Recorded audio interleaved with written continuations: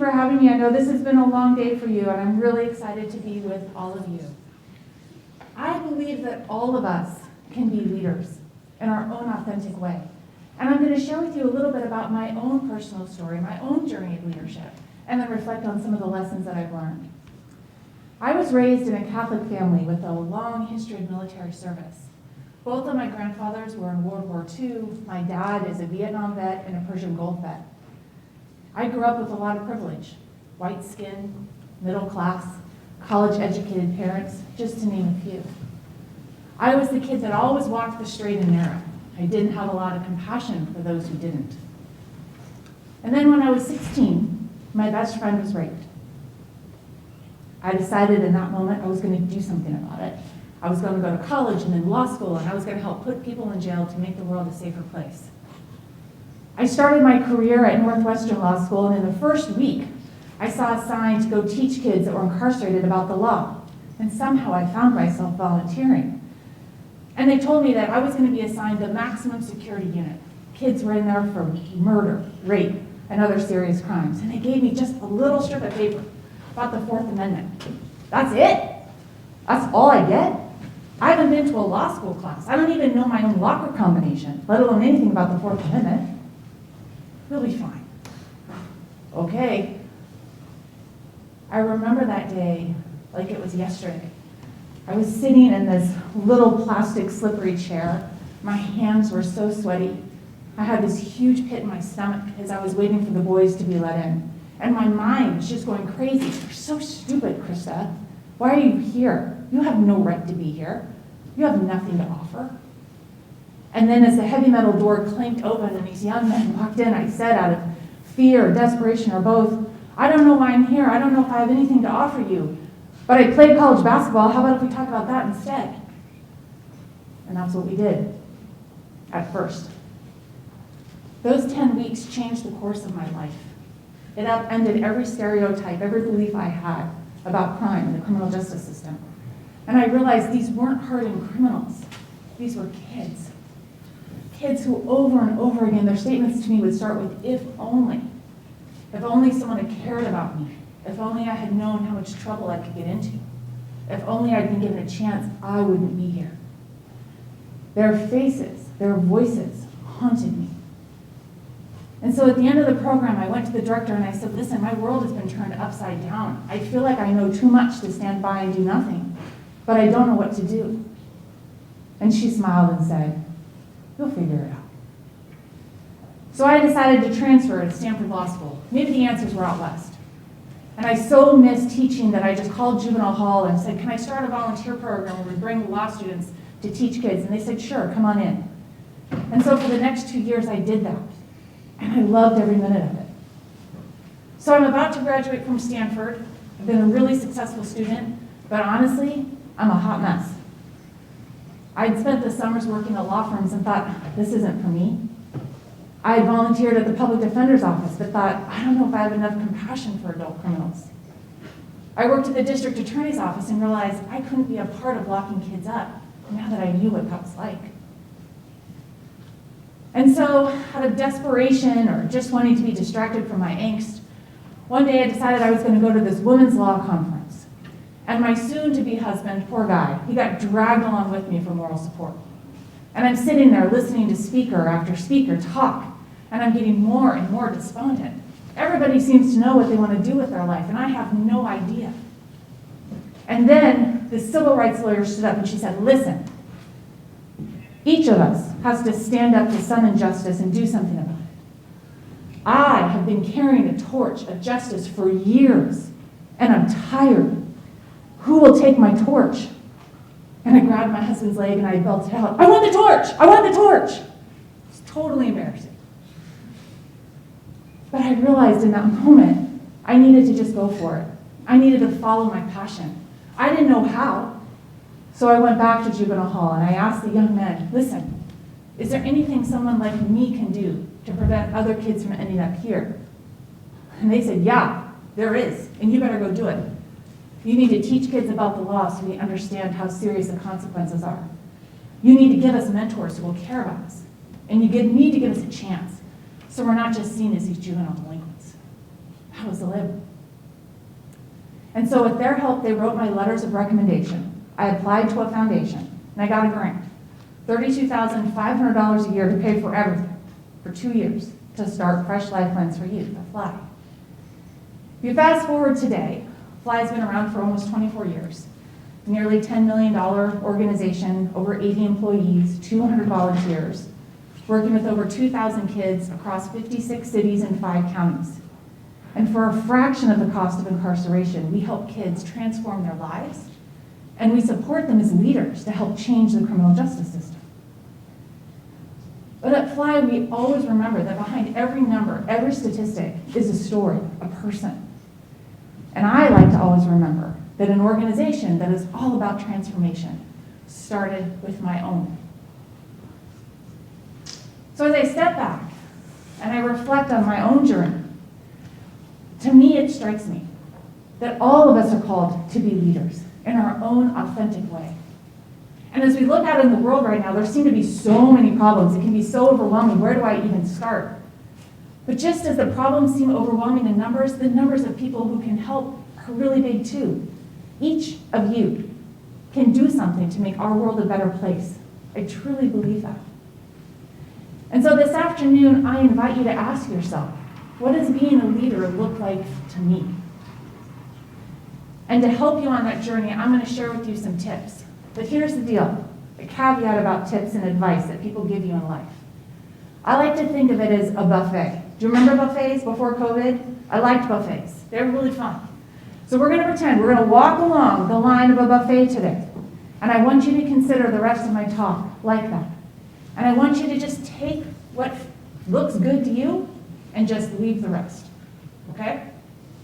So, my advice is going to follow along with this acronym for leader. The first thing I want to talk about from my story is the L, to listen to our inner voice. If I hadn't listened to my inner voice, there would be no FLY. And that inner voice, man, at times I thought it was just crazy. You want to do what with your Stanford Law degree? But it kept talking to me. And as I'm volunteering and I'm working, I'm getting so caught up in listening to everybody else's voices and what they think, I forgot to listen to my own. And so finally it started clamoring so loud that it burst out and said, I want the torch. And when I listened, I realized I went to law school because I wanted to make the world a safer place, period. That's what mattered. My experiences, my journey in life had changed the how I wanted to do it. And that was okay. I think it's so important that we listen to the whisperings of our soul, our gut reactions, our instincts, our intuition, whatever you want to call it. Because when we do, the universe conspires in our favor. E, we got to be eager to learn and to grow. And we have to learn from the people we're serving. The young people who are incarcerated taught me this. Nobody was asking their opinions. And they had so many ideas. They knew exactly what kids needed in order to get help. They were so eager to share their ideas with me and to trust me to do something with it. It's so important we always remember to listen. And for me especially, as a white woman, I have to constantly ask myself, how do I use my power and my privilege to make sure I'm creating opportunities for other voices to be heard? We can't forget that when we're trying to solve problems, that those with lived experiences of those problems are the ones whose voices we should be centering. It's been beautifully said that those closest to the problem, those closest to the pain, are also those closest to the solution. Now, as we're willing and we're eager to learn, we also got to remember that we're going to make a lot of mistakes. That's part of the deal. And mistakes often come in the form of pop quizzes. I have failed many pop quizzes.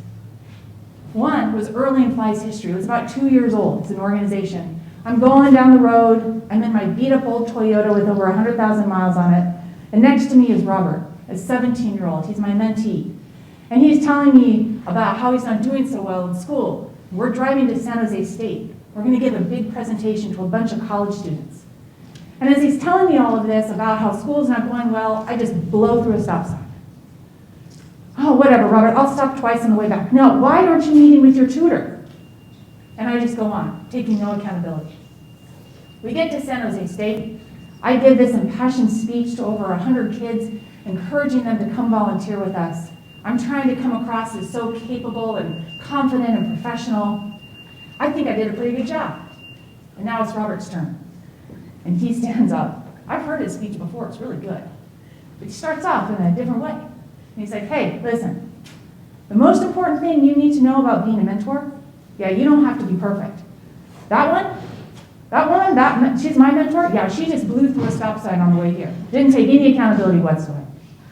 Right? Called me out right then and there. He was one of my greatest teachers and continues to be to this day. We have to be willing to learn from our mistakes. And we have to be willing to learn from the very people that we want to serve and we want to help. We are learning and we are in this life journey together.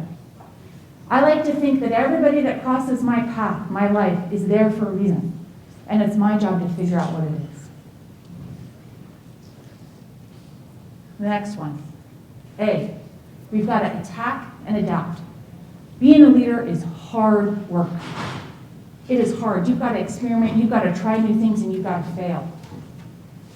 When I started Fly, I spent 6 months traveling the country researching what worked with crime prevention. And I spent so much time on every lesson. How do I make it perfect? How do I build in teaching kids about the law, teaching them about their life skills? One of my kids, Zach, he wasn't having it. He was not having it and had some serious problems with anger management. So every week we'd do role play after role play after role play. I would be the person that had a terrible attitude, and I'd put him in the position where he was supposed to be the calm, mature, and wise one, trying to build his empathy. Midway through the program, Zach came bounding into class one day, had this huge smile on his face, and said, Christa, I can't wait. You're not going to believe what happened. The best thing happened last week. I'm like, oh my gosh. I'm thinking to myself, this is great. Finally, we've had a breakthrough. He's like, all right, Christa, here's what happened. I was at school, and I was with this kid, and he called me a insert a racial expletive, a racial slur. He's like, and then, guess what? I remembered what we talked about with assault and battery. I remembered anger management. I walked away. I went to math class. I sat there and I thought about all of the options, the consequences, the pros and the cons. And then after math class, at the break, then I hit him. And I'm sitting there like, oh my God, who am I to think that this perfect program was going to help every young person and that they were going to turn it all around on my timetable? It's not how it works. Zach, he taught me I had to adapt. And together we talked about a mentor program, and we put a mentor program in place to give kids more support. The D. Detours are a part of our journeys, my friend. When I was in high school, my dream was to be a college basketball player at USC, and I was their top recruit, or so I thought. They were calling me every week. This was before the days of text messages. They were sending me pictures of my freshman dorm, and then all of a sudden, they dropped me. Stopped calling. They had just signed Lisa Leslie, someone I played against in high school. She went on to be one of the greatest basketball players of all time. I was devastated. So I ended up going to UC Santa Barbara. And there I met this incredible professor. He's 90 years old today and is still in my life as one of my mentors. And he encouraged me that I shouldn't just major in law, but I should also major in sociology and criminology and understand people and crime and how it worked. He showed me that I was smart enough. I should really push myself to go to the best law school in the country. And so with his help, I set a new dream. I wanted to go to Stanford. And so I was that college athlete that was studying on the van after every basketball game. I was studying before weight class. I was racing off to my college classes with wet hair from practice because I didn't want to miss a minute. And I got great grades in college. But despite all the studying and all the work I did, I just couldn't master the LSAT. I didn't get in. I was heartbroken again. So I went off to Northwestern, and after a year there, I applied, and miraculously, I was able to transfer to Stanford. Now, as I look at this story today, I realize if I had gone to USC, I would have never met Professor Felspiner and set my goals as high as I did. And if I had gotten into Stanford right out of college, there would be no Fly. Stanford didn't have a program to go teach kids that were incarcerated. Northwestern did. And that experience changed my life. The E, we've got to be excited for others. And I'm going to name it right now. I have a real problem with this one because I am really competitive. I like to win. And in the course of my tenure as a CEO at Fly, I would constantly get jealous of other leaders and other organizations when they'd get awards or grants that we didn't. And I'd think, what's wrong with me? Why wasn't I good enough? It's so easy to forget that we are all on the same team. We are all trying to find our way in life and make a difference. We can just get caught up in this web of jealousy and comparison. It just is so hard. The world needs each of us right now to be our very best. You know, in addition to my work at Fly, I am also an executive coach, and I coach adults, and I'm a life coach for teenagers. And I also get to coach basketball. That's one of my favorite things to do, especially with first graders. If you've ever seen first graders play basketball, here's the thing. When they make a basket, it is so awesome. And if you miss seeing who actually made the shot, forget about it. You're never going to know. Because when they run back on defense, they are all just so ecstatic that the ball actually went in. I want to be more like that in my life. I want to be more excited for everyone when great things happen to them. I want to remember that we are all called to do something, and no one thing is more important than another. Doesn't matter if we're working full-time or part-time or doing this or doing that. If each of us is doing our own part, then the world is going to be a better place. And finally, to that end, we have to recognize our own strengths. We each have them. We have to own them. We have to stand in our power and be proud of it. We have a responsibility to do something with the gifts that we've been given. And if any of us are sitting here thinking, I don't know what my strengths are, I don't even know if I have any, I promise you, you do. Find someone you trust to talk to help you see your strengths. And there's times in life when all of us need that pep talk. I sure do.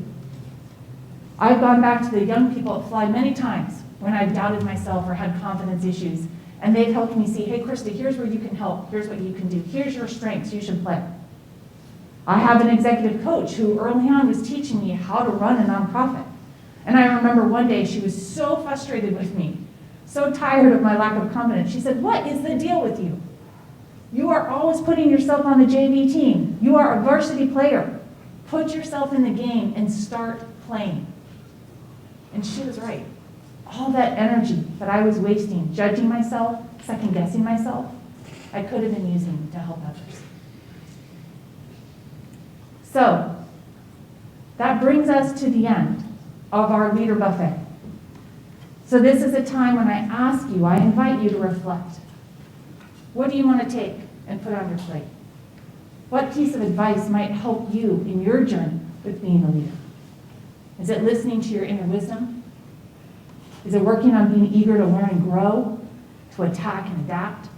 Is it remembering that detours you might be facing right now are part of the journey and can be beautiful? Is it working on being excited for others? Or maybe is it recognizing your own strengths? Whatever it is, I encourage you to remember we are all called to be leaders. We all have something to offer. So please, just go for it. There is a place for you, and the world needs you. Thank you.